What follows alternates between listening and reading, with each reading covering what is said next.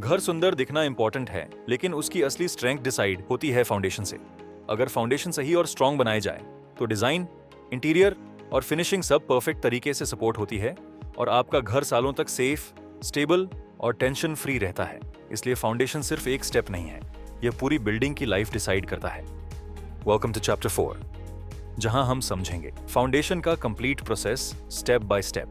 Chapters 1 और 2 में हमने समझा आर्किटेक्ट और सिविल इंजीनियर का role, complete construction flow, interior execution process. आज हम जूम कर रहे हैं कंस्ट्रक्शन के सबसे क्रिटिकल स्टेज पर, फाउंडेशन। फाउंडेशन दो टाइप की होती है, शैलो फाउंडेशन और डीप फाउंडेशन।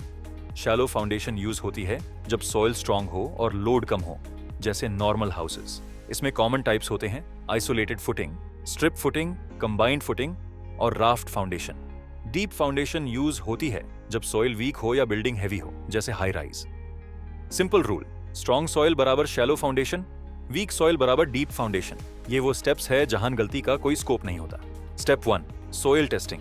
सॉइल टेस्टिंग में सबसे पहले साइट से सॉइल सैंपल लिया जाता है, अलग अलग डेप्थ से। फिर उसको लैब में टेस्ट किया जाता है, जहां चेक होता है सॉइल की स्ट्रेंथ और बेयरिंग कैपेसिटी। और इन सब रिजल्ट्स के बेसिस पर डिसाइड होता है फाउंडेशन कितनी डेप्थ की होगी और कौन सा टाइप यूज होगा। Step 2, excavation. Actual site work starts now.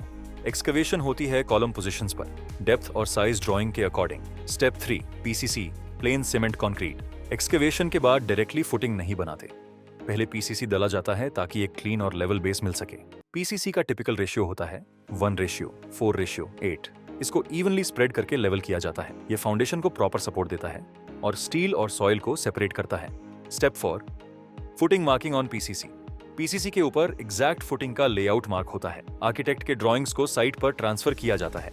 Grid lines mark होती हैं, कॉलम पोजीशंस फिक्स किए जाते हैं, सेंटर लाइंस निकाली जाती हैं, सेंटर लाइंस ट्रांसफर होती हैं, फुटिंग साइज मार्क होता है।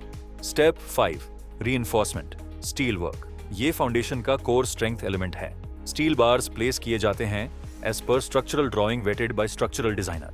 Step 6, shuttering, formwork. फुटिंग को शेप देने के लिए शटरिंग लगती है। Step 7, footing concrete, RCC pouring. Main stage concrete pour होता है। First, proper mix ratio use होता है, नॉमिनल मिक्स 1:1.5:3 और design mix as per structural drawing. Second, continuous pouring किया जाता है कोल्ड जॉइंट्स अवॉइड करने के लिए। थर्ड, मैकेनिकल वाइब्रेटर यूज होता है। ये कंक्रीट को कॉम्पैक्ट करता है और एयर गैप्स रिमूव करता है। विदाउट वाइब्रेशन कंक्रीट के अंदर एयर पॉकेट्स रह जाते हैं, जिससे हनीकॉम्बिंग, वीक जॉन्स बन जाती हैं और स्ट्रेंथ रिड्यूस हो जाती है। Step 8, curing, most ignored and most important. Concrete डलने के बाद का काम ही एक्चुअल स्ट्रेंथ बनाता है।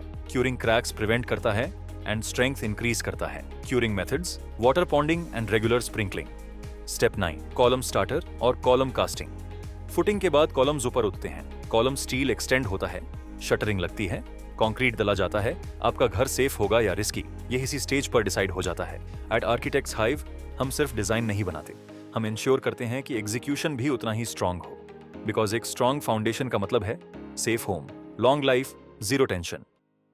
Architects hive, redefining the limits of architecture. Call at 7503468992 और 9958600397 और विजिट आवर वेबसाइट www.architectshive.com।